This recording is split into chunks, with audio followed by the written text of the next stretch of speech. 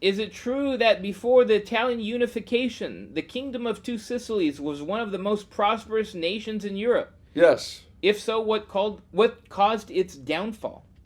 Well, a couple of things. You've got to bear in mind that before the Risorgimento, the Prime Minister of Sardinia, Count Cavour, knew very, very, very well what he wanted to do in terms of uniting the peninsula.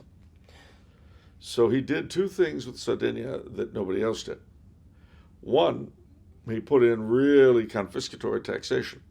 So the Sardinian government would have a lot more money to play with than the other governments on the peninsula.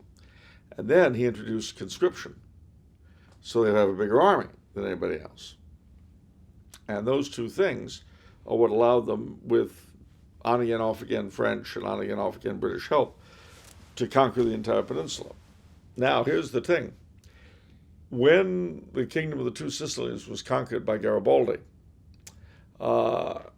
it fell relatively quickly. What they don't tell you is about the guerrilla war that went on for years afterwards. Guerrilla war. The so-called brigandage, the brigandage. They fought for King Francesco for years afterwards. Plus, here's the basic point, the bottom line. Prior to 1860, there was virtually no immigration from Italy.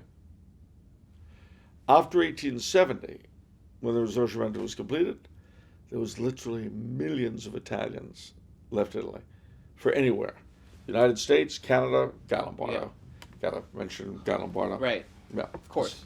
Australia, New Zealand, South Africa, Argentina, Brazil, Peru, Mexico.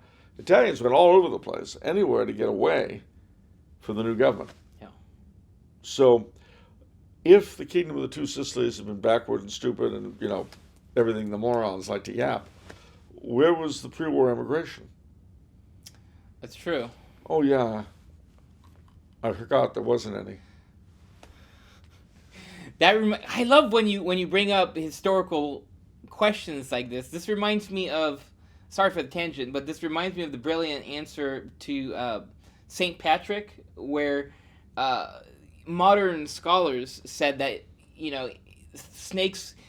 driving snakes out was a metaphor for him driving pagans out. And you asked, well, where are the pagan towns? Where'd they go? Where'd they go? We know where the snakes went. They came to the United States and became politicians and judges. Yeah, United Snakes of America. That's how we got our name. Yeah. But where did the pagans go? Yeah. Where are the mass migrations of Irish pagans? I love these very, very simple historical questions that modern scholars don't seem to ask. Well... What is... It means you're not meeting with his approval. Oh, okay. Well, I'm sorry. He's not taking it. He's not taking your sorry. He's pouting. Historians can pout. Yeah. Especially when they're Marxist historians who don't really know a lot. They get very upset. I'm sure. You give them anything off the menu, and they get really little hands wave. By the way, ladies and gentlemen, people have commented. Yeah. There you go. Yeah.